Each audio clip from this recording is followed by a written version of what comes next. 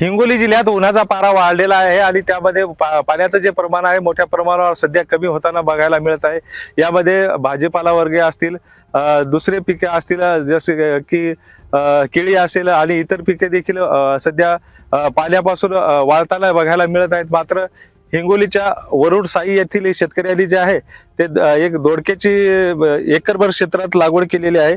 आपण बघू शकता या ठिकाणी जो हा प्लॉट आहे यामध्ये कशा पद्धतीने या ठिकाणी सुंदर व्यवस्थापन केलेलं आहे। या ठिकाणी मल्चिंग असेल, ड्रीप असेल, सुंदर अशा पद्धतीने शेतकऱ्यांनी या लागवड केलेली आहे। आणि आपण सध्या युवा शेतकरी आहेत त्यांच्याकडून जाणून घेऊया। मला सांगा, आपण ही लागवड कधी केलेली होती? याआधी यामध्ये काय पीक घेतलेलं होतं?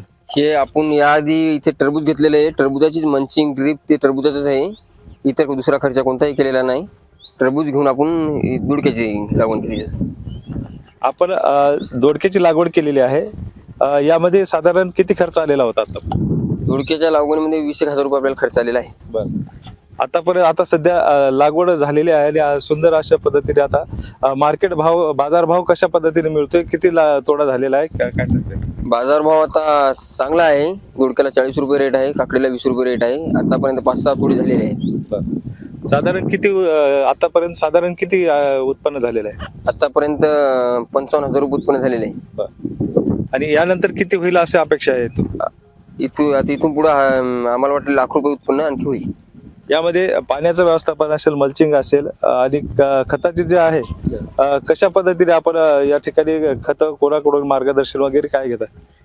आतापर्यंत पाण्याचं नियोजन आपल्या शेतामध्ये बोरवेल आहे त्याचं आहे। त्याच्यानंतर आपण खताचं नियोजन विनोद ढोकर करतात। जेटॉल कंपनीचे खत आहे, ते आपण सर्वच पिकांना वापरतो। समज झेंडू असो, हळद, कांदा, हे टोटल पिकं घेतो आपण। टरबूज याला समजे खत 11-14, 11 स्टॉलचे 15-15-30 हे टोटल खत वापरलेले आहे।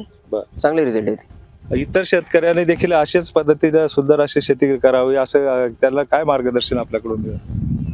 आता इथून पुढे अशी शेती करावं लागेल ड्रीप, कारण आता पाणी भरपूर कमी झालेले आहे। आता ड्रीप शो काही हे नाही, ड्रीपवर शेती करणं हे ते चांगले नियोजन करू। निश्चितच बघायला गेलं तर पारंपरिक शेतीला बगल देत शेतकऱ्यांनी आता भाजीपाला वर्गीय शेती करावी व इतर पिकाला देखील लागवड करावी असं शेतकऱ्यांचं या ठिकाणी शेतकऱ्यांकडून सांगण्यात येते। गजानन पवार, LS मराठी, हिंगोली।